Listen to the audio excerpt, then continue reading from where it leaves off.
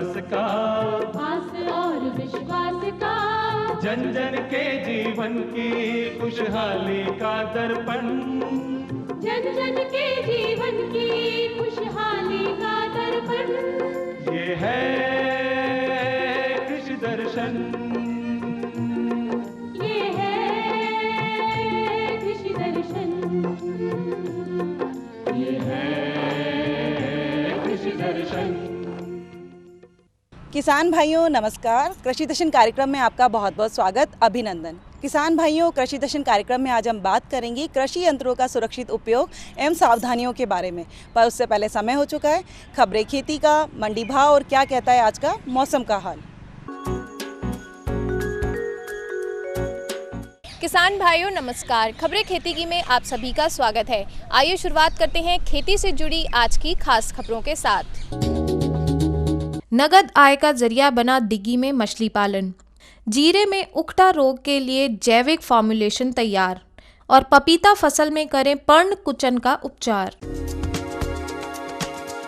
डिग्गी में मछली पालन किसानों को रास आने लगा है। इससे किसानों को नगद आमदनी हो रही है। कई किसान झींगा पालन को भी अपना रहे हैं। कृषि विज्ञान केंद्र संग्रिया हनुमानगढ़ के प्रयास रंग ला रहे हैं। समय के साथ किसान मछली और झींगा पालन को अपना रहे हैं। मछली पालन से किसानों को सालाना 70 से 80 हज़ार रुपए की अतिरिक्त आय मिल रही है, जबकि झींगा पालन से किसानों को लाखों की आय मिलने लगी है। केवीके के प्रभारी वैज्ञानिक डॉक्टर अनूप कुमार ने बताया कि 5-6 साल पहले किसानों को मत्स्य पालन से जोड़ने का काम शुरू किया था। किसानों को मत्स्य पालन का प्रशिक्षण कार्यक्रम अब भी जारी है। केवीके और मत्स्य पालन विभाग के निरंतर प्रोत्साहन से किसानों का रुझान मत्स्य पालन की ओर बढ़ रहा है। चुरू, बीकानेर, सीकर, झुंझुनू, हनुमानगढ़ और श्री गंगानगर जिले में दर्जनों किसान मछली पालन को व्यवसाय का रूप दे चुके हैं। डॉक्टर कुमार ने बताया कि डिग्गी पर सरकार 60 से 75% तक अनुदान देती है। इसमें रोहू, कतला, मृगल, क्रॉपन क्रॉप जैसी मत्स्य नस्ल का पालन आसानी से किया जा सकता है। मत्स्य पालन विभाग के सहायक निदेशक मदन सिंह धायल ने बताया कि पीएम मत्स्य संपदा योजना किसानों को अनुदान दे है। खारे और मीठे पानी के तालाब निर्माण पर सामान्य श्रेणी कृषकों को 40 और ST/SC और महिला कृषकों को लागत का 60% अनुदान योजना के तहत दिया जाता है। जीरे में उकठा रोग नियंत्रण के लिए जैविक फॉर्मुलेशन फ्यूजिकेंट तैयार किया गया है। इस जैविक उत्पाद का परीक्षण कृषि विज्ञान केंद्र गूड़ा मलानी में किया जा रहा है। जीरे की फसल में उकठा रोग से 60 से 70% नुकसान हो जाता है। इस रोग को विल्ट भी कहा जाता है। दिसंबर से फरवरी तक फसल में इस रोग का प्रकोप होता है। रोग के प्रकोप से पौधों का हरा हिस्सा मुरझाने लगता है और पौधा पीला हो जाता है। इससे पूरी फसल नष्ट हो जाती है। गुड़ा मालनी कृषि विज्ञान केंद्र के वैज्ञानिक डॉक्टर प्रदीप पगारिया ने बताया कि यह फ्यूजिकांड जैविक फॉर्मुलेशन का 50 हेक्टेयर क्षेत्र में परीक्षण किया जा रहा है। इस फॉर्मुलेशन को केंद्रीय उपोषण बागवानी संस्थान लखनऊ और केंद्रीय मृदा लवणता अनुसंधान संस्थान ने संयुक्त रूप से तैयार किया है। डॉक्टर पगारिया ने बताया कि फ्यूजिकांड का उपयोग बुआई के समय और खड़ी फसल में किया जाता है। बुआई से पहले 10 किलोग्राम फ्यूजिकांड को 1250 किलोग्राम सड़ी हुई गोबर की खाद या वर्मी कंपोस्ट में मिलाया जाता है। 24 से 36 घंटे छाया में रखना होता है। इसके बाद खेत में बिखेर देते हैं। पपीता की खेती कर रहे किसान फसल की सतत निगरानी रखें। इस समय फसल में मोज़ेक और पर्ण कुचन रोग का प्रकोप देखा जा रहा है। किसान वैज्ञानिक सलाह अनुसार रोगों का उपचार करें। पपीता की खेती किसानों के लिए लाभकारी मानी गई है। इस फसल को कई कीट रोग नुकसान पहुंचाते हैं। इस मौसम में फसल में पर्ण कुचन और मोज़ेक रोग का प्रकोप होता है। रोग के प्रकोप से उत्पादन में गिरावट आती है। किसान भाई रोग के लक्षण दिखाई देने पर रोगग्रस्त पौधे को उखाड़कर नष्ट कर दें। रोग का प्रसार रोकने के लिए 1 मिलीलीटर डाइमिथाइल 30 EC को 1 लीटर पानी में मिलाकर छिड़काव करें। इस दवा का प्रयोग फल लगने से पहले करें। फल लगने के बाद किसान भाई मेलाथियोन 50 EC का प्रयोग 2 मिलीलीटर प्रति लीटर पानी की दर से घोल बनाकर कर सकते हैं। हमारे किसान भाइयों को अपनी जिंसों के उचित मूल्यों का इंतजार हमेशा रहता है, जिससे उनकी आर्थिक स्थिति मजबूत होती है। आइए देखते हैं प्रदेश की प्रमुख मंडियों में प्रमुख जिंसों के बाजार भाव। बाजरा अलवर की मंडी में 1230 रुपये, बांदीकुई की मंडी में 1195, जयपुर की मंडी में 1234, चाकसू की मंडी में 1264 और बाजरा के भाव सवाई माधोपुर की मंडी में 1180 रुपये प्रति क्विंटल बोले गए। जौ अलवर की मंडी में 1300, बांदीकुई की मंडी में 1275, जयपुर की मंडी में 1404, चाकसू की मंडी में 1421 और जौ के भाव सवाई माधोपुर की मंडी में 1360 रुपये प्रति क्विंटल बोले गए। सरसों अलवर की मंडी में 5350, बांदीकुई की मंडी में 5260, जयपुर की मंडी में 5245, चाकसू की मंडी में 5650 और सरसों के भाव सवाई माधोपुर की मंडी में 5225 रुपये प्रति क्विंटल रहे। ग्वार अलवर की मंडी में 3350, बांदीकुई की मंडी में 3250, जयपुर की मंडी में 3500, चाकसू की मंडी में 3540 और ग्वार के भाव सवाई माधोपुर की मंडी में 3000 प्रति क्विंटल दर्ज किए गए। गेहूं अलवर की मंडी में 1735, बांदीकुई की मंडी में 1665, जयपुर की मंडी में 1740, चाकसू की मंडी में 1690 और गेहूं के भाव सवाई माधोपुर की मंडी में 1585 रुपये प्रति क्विंटल दर्ज किए गए। किसान भाइयों, प्रदेश में हुई हल्की बूंदाबांदी से दिन और रात के तापमान में गिरावट दर्ज की गई है। मौसम विभाग के अनुसार आने वाले 24 घंटों के दौरान प्रदेश के कुछ एक इलाकों में हल्की बूंदाबांदी होने के आसार हैं। मौसम की और अधिक जानकारी के लिए आइए देखते हैं मौसम का हाल। आइए देखते हैं प्रदेश के प्रमुख जिलों का आज का अधिकतम और न्यूनतम तापमान। जयपुर अधिकतम तापमान 35 डिग्री सेल्सियस और न्यूनतम तापमान 23 डिग्री सेल्सियस। बीकानेर अधिकतम 35 डिग्री सेल्सियस, न्यूनतम 22 डिग्री सेल्सियस। अजमेर अधिकतम 36 डिग्री सेल्सियस, न्यूनतम 21 डिग्री सेल्सियस। उदयपुर अधिकतम 34 डिग्री सेल्सियस, न्यूनतम 18 डिग्री सेल्सियस। कोटा अधिकतम 37 डिग्री सेल्सियस, न्यूनतम 20 डिग्री सेल्सियस और अंत में जोधपुर जिले का आज का अधिकतम तापमान 37 डिग्री सेल्सियस और न्यूनतम तापमान 20 डिग्री सेल्सियस दर्ज किया गया।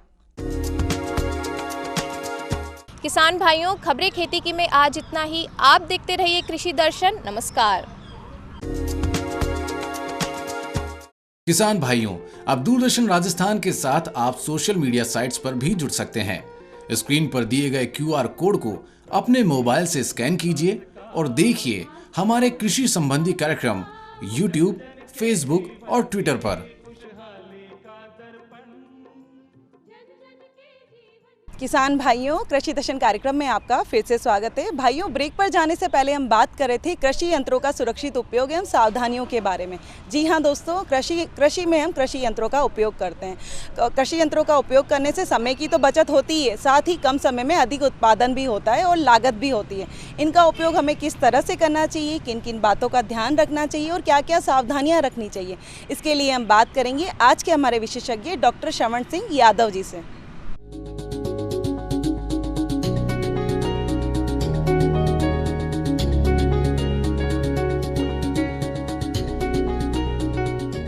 किसान भाइयों राम राम।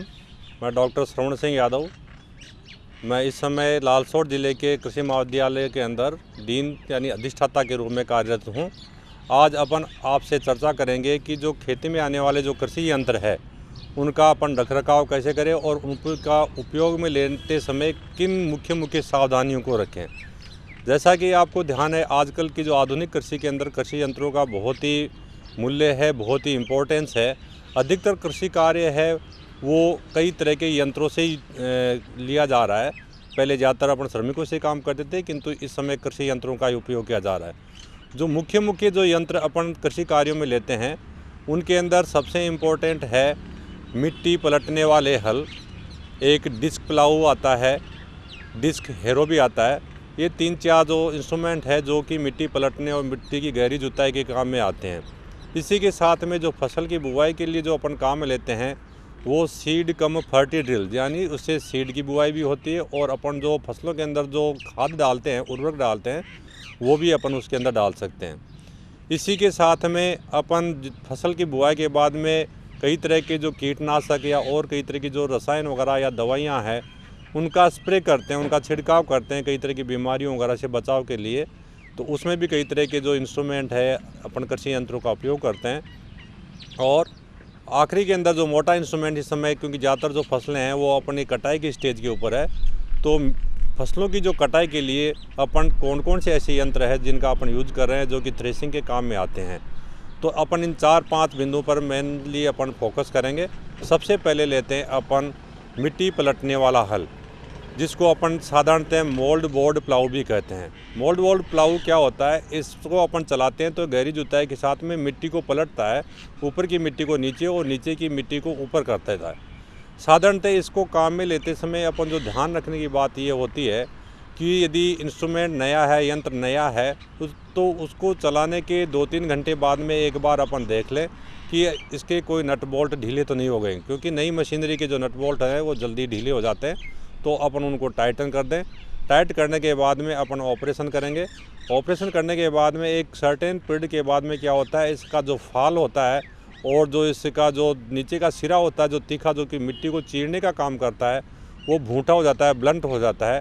तो एक निश्चित समय अवधि के बाद में जब वो भूटा हो जाता है या ब्लंट हो जाता है तो अपन उनके जो फाल को है उसको बदलते हैं, ताकि जो ट्रैक्टर के ऊपर जो ड्राफ्ट का जो जोर आता है वो ज़्यादा नहीं आए।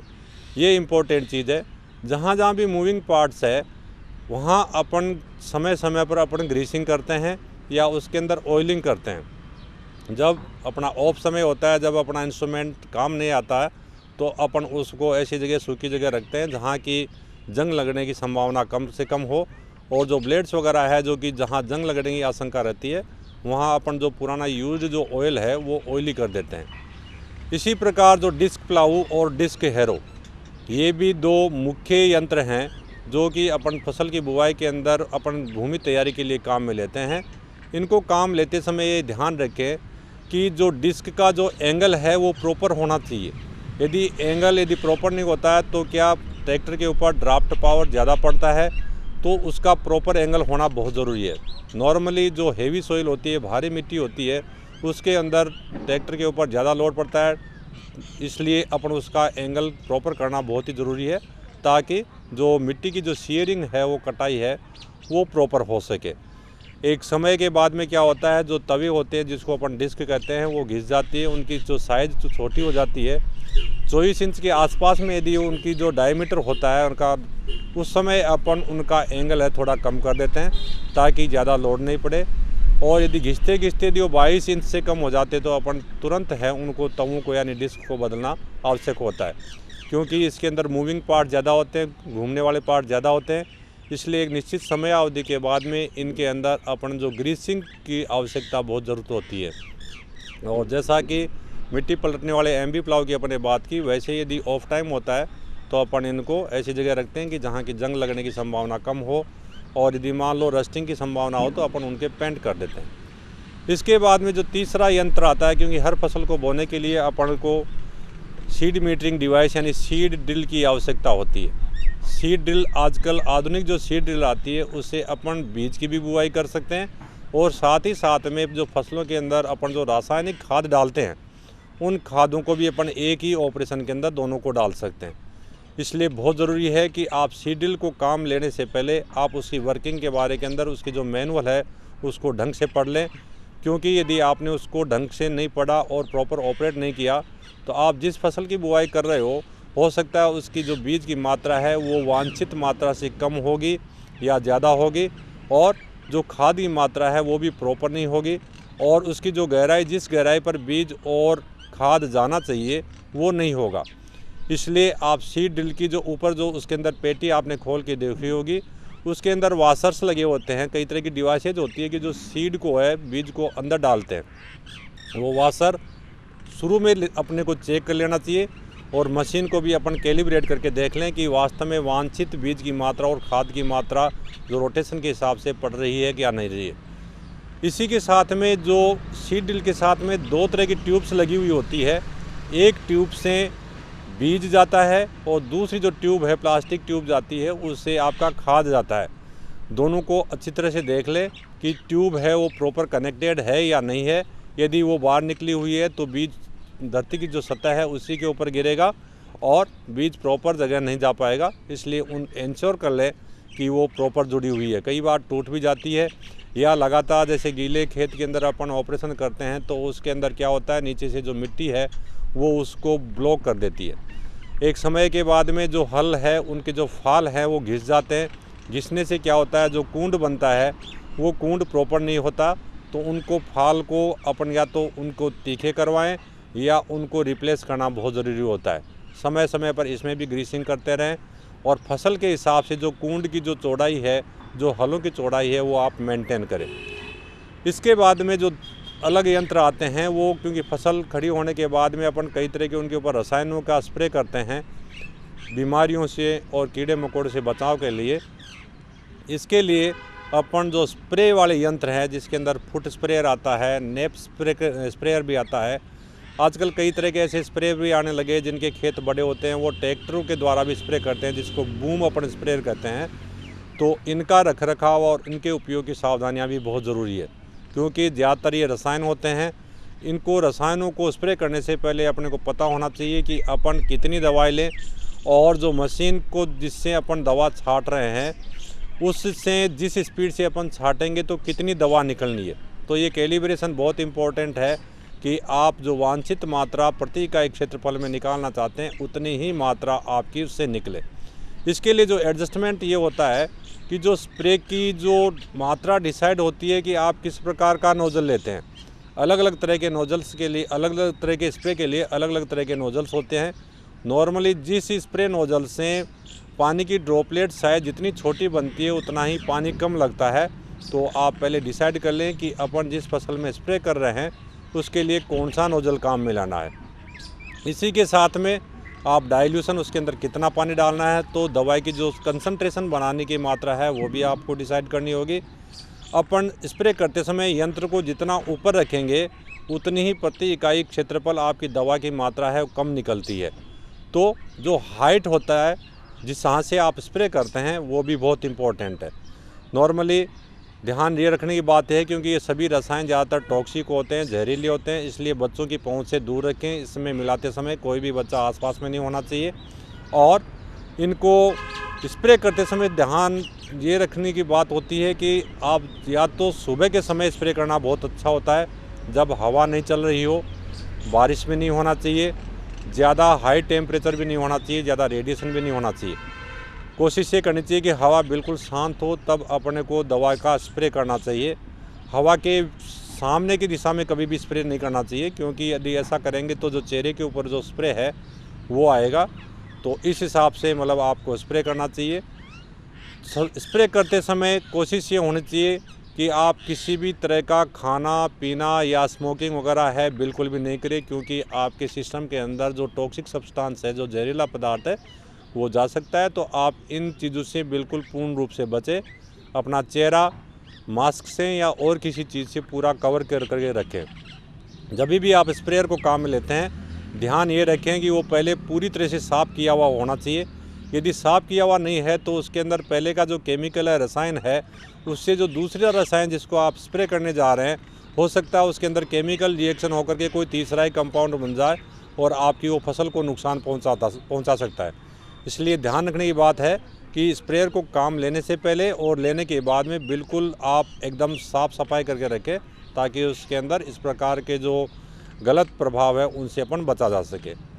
इसके बाद में आते हैं अपन फसल की कटाई। किसान भाइयों, इस समय कटाई का माहौल चल रहा है। सरसों की कटाई लगभग हो चुकी है और चनों की कटाई जारी है, और कई क्षेत्रों के अंदर जो अगेती फसल है, जो गेहूँ की है, उसकी कटाई भी चल रही है, जौ की कटाई भी चल रही है और चने की कटाई भी चल रही है। इसलिए कटाई के बाद में अपन इनकी थ्रेसिंग करना अपने को बहुत ही जल्दी करना होगा। आजकल जैसा कि आपको ध्यान है, थ्रेसिंग अधिकतर अपन थ्रेसर से करते हैं। अधिकतर किसान जो थ्रेसर के लिए है वो ट्रैक्टर ऑपरेटेड थ्रेसर का काम में लेते हैं। ज़्यादातर जो थ्रेसर्स हैं वो मल्टी क्रॉप थ्रेसर है, यानी अपन उनसे कई फसलों की अपन थ्रेसिंग कर सकते हैं। गेहूँ की भी कर सकते हैं, चनों की भी कर सकते हैं, किंतु आप थ्रेसिंग करने से पहले आप थ्रेसर के अंदर ये इंश्योर कर लें कि जिस फसल की आप थ्रेसिंग करने जा रहे हैं उसी के हिसाब से उसकी सेटिंग हो। उसके अंदर जो छलनी वगैरह है और तरह की जो सेटिंग्स है वो उस फसल के हिसाब से होना चाहिए। थ्रेसर से जितनी अच्छी थ्रेसिंग होती है उसमें ध्यान रखने की बात यह है कि बहुत फास्ट थ्रेसिंग होती है, किंतु जितना अच्छा यंत्र है उतना ही ये कई बार दुर्घटना का कारण बन जाता है। आजकल दुर्घटना बहुत सामान्य बात है थ्रेसर जनित, तो कई तरह की जो अपन सावधानियां हैं वो थ्रेसर को यूज में लेने से पहले अपने को ध्यान में रखने की बात होती है। सबसे पहली सावधानी ये होती है, थ्रेसर जब भी आप काम में लें उसके पहले जो भी ऑपरेटर उसको ऑपरेट करता है वो कुशल व्यक्ति होना चाहिए।